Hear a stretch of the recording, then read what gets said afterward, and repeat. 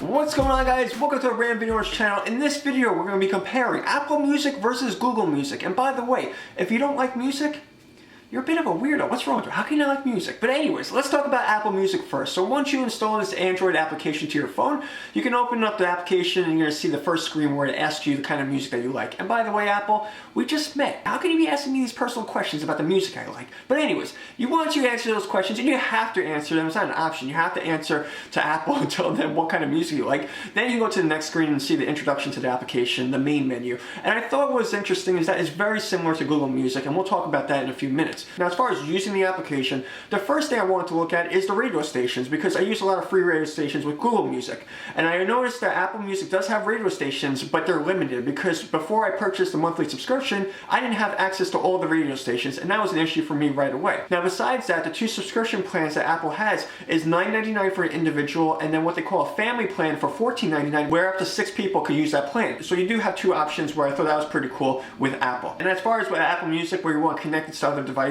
I noticed when I log into my computer and I use iTunes, right away it was asking me if I want to sync it up with Apple Music. So you do have that option also. So that's another convenient thing for yourself. Now, as far as design and interface and using this application itself, I did find it pretty interesting how similar it was to Google. Actually, the same exact screens I would see in Google. Now we have to think about this. Apple doesn't really design a lot of applications for Android, so you have to think their main goal was just getting into Google Play Store, which they did. Now, as far as the rating for the application, it only got 3 stars, and there's a lot of reasons for this. It's not just because a bunch of people who use Android didn't like the application because it was an Apple application. There's actually a lot of issues with Apple Music, and this is why they call it a beta application. It literally says Apple Music Beta. I noticed a lot of issues with it because when I was trying to download the album, I had to try numerous times. It would download, but it wouldn't appear into the library. And then with listening to music, there is a bit of lag, slower than Google Music, so that was noticeable to me. So when I compare the two applications, Google Music is a lot faster and is also a lot more consistent. And that's important to me because when I'm using a music application,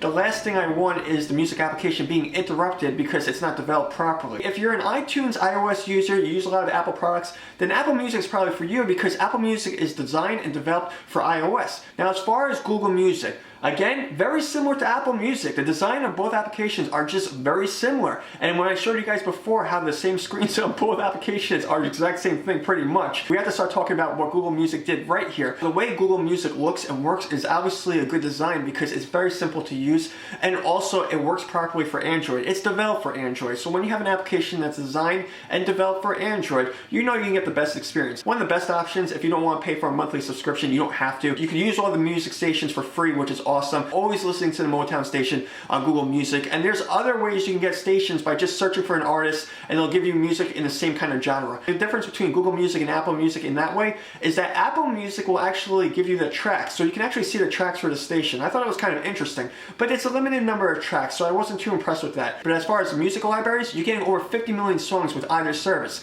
so they're equal in that way too. So there's a lot of similarities. The individual plans, $9.99, they're both the same. As far as using the menus and the design of the application itself, very similar again. And as far as what you get out of it, very similar. So it's all about what you're using this application for and where you're using it. If you're getting a monthly subscription and you need to have more than one person for your subscription, you might want to look at Apple Music because that family plan is pretty interesting. But if we're looking at these similar individual plans where they're both $9.99 and you're using an Android device, you have to really take into consideration that Apple Music is designed for Apple and iOS. And when we look at Google Music, again, that's designed for Android and it runs consistently and actually runs great when you listen to your music. I have no issues with Google Music when I want to listen to my music, so I think that is the application of choice for Android.